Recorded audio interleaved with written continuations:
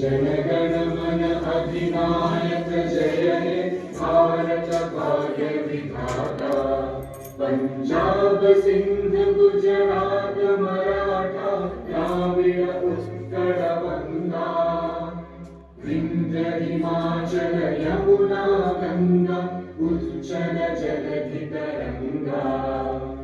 तव शुभ नामे जागे तब शुभ आशीष मांगे। गाहे तब जय गाथा जन गण मंगलदायक जय हे भारत भाग्य विधाता। जय हे जय हे जय हे जय जय जय जय हे। माननीय सदस्य माने दया करी गृह शांति श्रृंखला रक्षा करंतु। एबे गृह कार्य आरंभ हैला। एबे प्रश्नकाल आरंभ हैला। मान्यवर विधायक दिव्यज्योति पंडा आपनक प्रश्न रखंतु। धन्यवाद बाचस्पति महोदया। माननीय शिक्षा मंत्री को मोर आपनक जरिया प्रश्न कोठारी कमिशन एवं एनईपी 2020 रो रेकमेंडेशन अनुसार बजेट रो 6% राशि एजुकेशन उपरे खर्च हेबा कथा, किंतु दुखर विषय एपर्यंत यह कार्यकारी हुई पारिला नहीं। एहार कारण जानि परिबि कि? धन्यवाद। उत्तर रखंतु।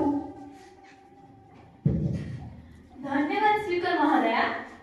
मु सम्माननीय सदस्य को एक गुरुत्वपूर्ण प्रश्न पई धन्यवाद जणाउछि।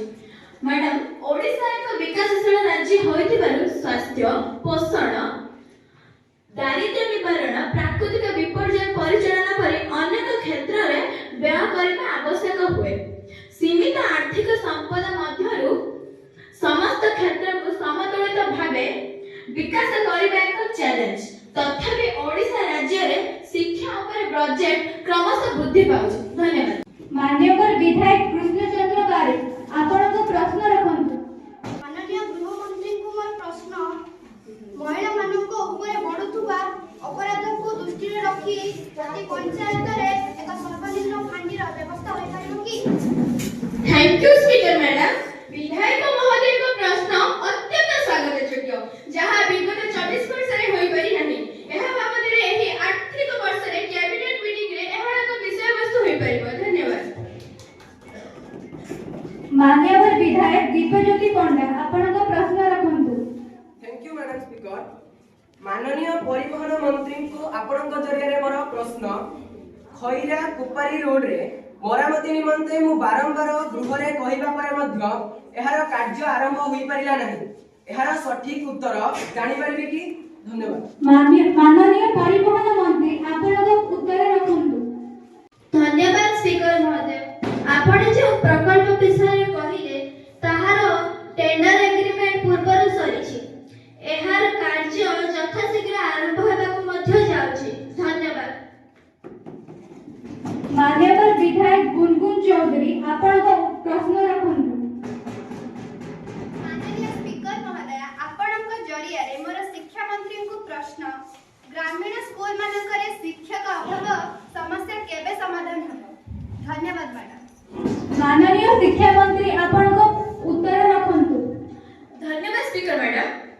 सरकार ग्रामीण और दुर्गम अंचल रे शिक्षक नियुक्ति प्राथमिकता दिया जायछि। नुआ नियुक्ति प्रक्रिया मध्य आरंभ होईछि। एहा सहित चलित आर्थिक वर्ष रे ओडिसा टीचर रैशनलाइजेशन बिल 2026 आगत हेबाक जाउछि, जहा ग्रामीण अंचल रे शिक्षक मानक अभाव समस्या को दूर करिबार सहायता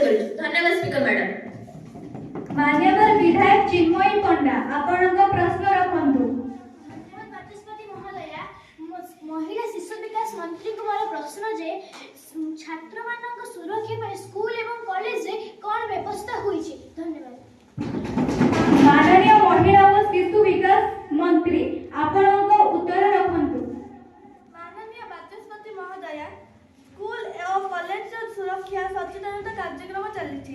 ସ୍କୁଲ ଏବଂ କଲେଜ ସ୍ତରରେ ଆଇସିସି ଗଠନ ହୋଇଛି। ଏ ବାବଦୀୟ ହେଲ୍ପଲାଇନ୍ ନମ୍ବର ମଧ୍ୟ ଦିଆଯାଇଛି। ଧନ୍ୟବାଦ।